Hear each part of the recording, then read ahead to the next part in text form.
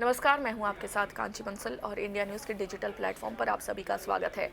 तो बात करने जा रही हूं मध्य प्रदेश में छिड़े सियासी घमासान की, क्योंकि अब सेंटर ऑफ अट्रैक्शन कहीं ना कहीं कैलाश विजयवर्गीय बनते हुए नजर आ रहे हैं। वो इसलिए क्योंकि अब कांग्रेस की ओर से कैलाश विजयवर्गीय पर बेहद संगीन आरोप लगाए गए हैं। गंभीर आरोप कैलाश विजयवर्गीय पर कांग्रेस लगाती हुई नजर आ रही है।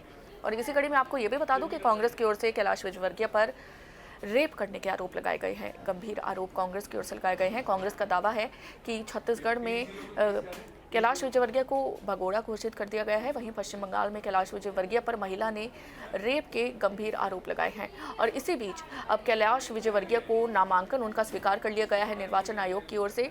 तो इसी के साथ अब कांग्रेस ने कोर्ट का रुख किया है। अब कोर्ट में कांग्रेस जाएगी और विजयवर्गीय के नामांकन को चुनौती देने के लिए अब कांग्रेस की ओर से हाईकोर्ट का रुख कर लिया गया है।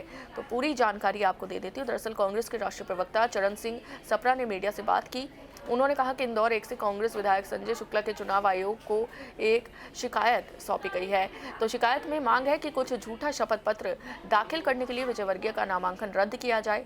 और विजयवर्गीय इंदौर 1 से बीजेपी उम्मीदवार हैं। उन पर चुनावी हलफनामे में 2 मामलों का खुलासा नहीं करने का आरोप लगा है।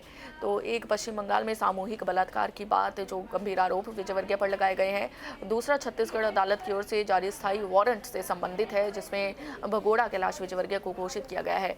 तो मंगलवार को रिटर्निंग अधिकारी ने उनके नामांकन की जांच की और इसे पास कर दिया। और बंगाल मामले में के बारे में पूछे जाने पर विजयवर्गीय ने कहा था कि केस किसे याद रहता है कि उस पर कितने केस हैं। तो ये बयान कैलाश विजयवर्गीय की ओर से सामने आया था।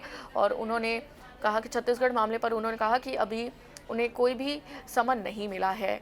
तो अब इसी के चलते अब राज्य कांग्रेस के मीडिया प्रभारी के मिश्रा ने कहा कि विजयवर्गीय की ये दलील कि उन्हें कथित सामूहिक बलात्कार का मामला याद नहीं है, सही नहीं है, ये बयान उनका। तो अब कांग्रेस इस मामले में के खिलाफ कांग्रेस ने हाई कोर्ट जाने का फैसला किया है और उनके नामांकन को चुनौती कांग्रेस की ओर से दी जाएगी।